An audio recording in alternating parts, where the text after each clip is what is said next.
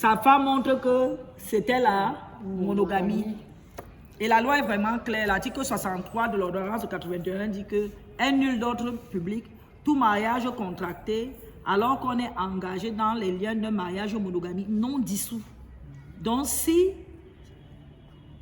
tu es marié sous l'option monogamique, pour épouser une femme, il faut divorcer définitivement. Et ça se joue donc maintenant au moment des droits du conjoint survivant. Donc, il faut bien savoir que quand le mari est marié sous l'option monogamique et qu'il t'épouse et il te dit que ma femme est d'accord, la femme part même, elle signe comme le témoin sur ton acte de mariage, ton mariage est toujours nul. Parce qu'il est interdit, la signature qu'elle appose là n'a aucune valeur juridique, il est interdit de se marier alors qu'on est engagé dans un mariage monogamique. Vraiment. Maintenant, donc, c'est arrivé. Le mari meurt, la première femme demande la nullité de votre mariage. Alors, elle va évidemment annuler votre mariage, mais ce qui est important, c'est que le juge va considérer que tu es de bonne foi. Sauf si elle montre les photos, elle montre les photos de son mariage à l'état civil où toi-même tu étais au premier rang et tu as bien écouté que c'était un mariage monogamique. Mais on dit en droit que la bonne foi est présumée.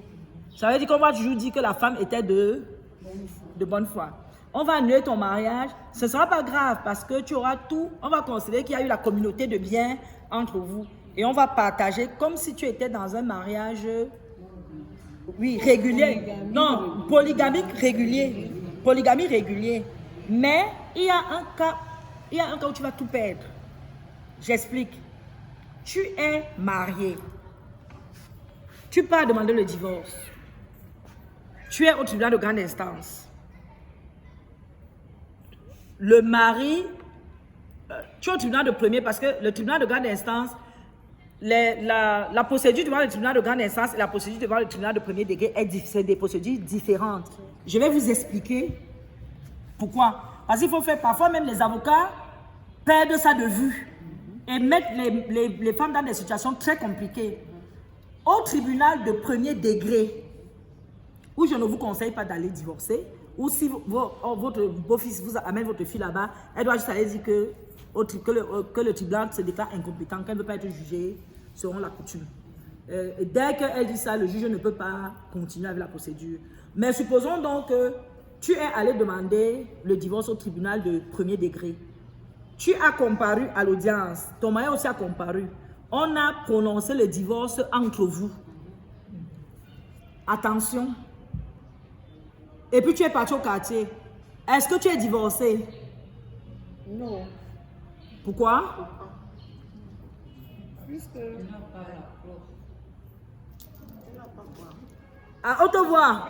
Tu n'as pas la clause du divorce. Très bien. La grosse. Quand on prononce le divorce devant toi, on te divorce, on est au premier degré, il faut bien suivre. La loi dit que tu as 1 mois, la personne qui n'est pas satisfaite de la décision a 1 mois pour relever appel à compter de la notification.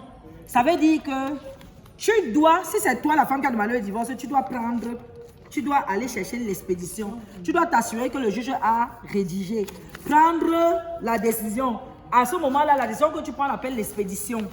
Parce que ce n'est pas encore définitif. Aller notifier à ton mari. Attendre donc, compter les jours.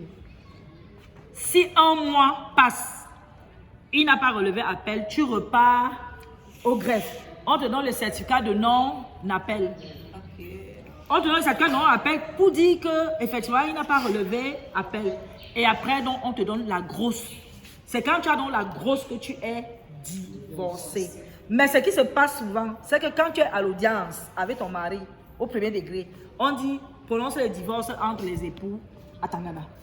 Tu es très contente, pour toi l'affaire est finie. Parce que ça a été rendu contradictoirement devant chacun de vous. Tu pars donc, tu rencontres ton bon gars là. Tu te maries. Tu peux être deuxième femme avec ton bon gars. Toi, tu sais que Tu es divorcé. tu es divorcé. Rien. Tu n'es pas divorcé, tu es bigame. Parce que quand que tu n'as pas notifié à ton mari et que les délais des voies de recours n'ont pas été comptés. Puisque si c'est dans 15 ans que tu lui notifies, c'est à partir de la notification qu'on commence à compter le mois. Donc, tu pars là, tu te dis que tu es divorcé, tu pars, tu te remaries, tu fais 20 ans de mariage, le mari meurt, la première femme passe seulement engager la procédure de nullité de ton mariage. Elle va dire que, elle est bigame. Parce qu'à l'heure là, elle a même son premier acte de mariage. Tu vas dire que non, je suis divorcée. Tu vas aller chercher l'expédition. On va te demander où est la grosse. Ton premier mari peut toujours relever appel.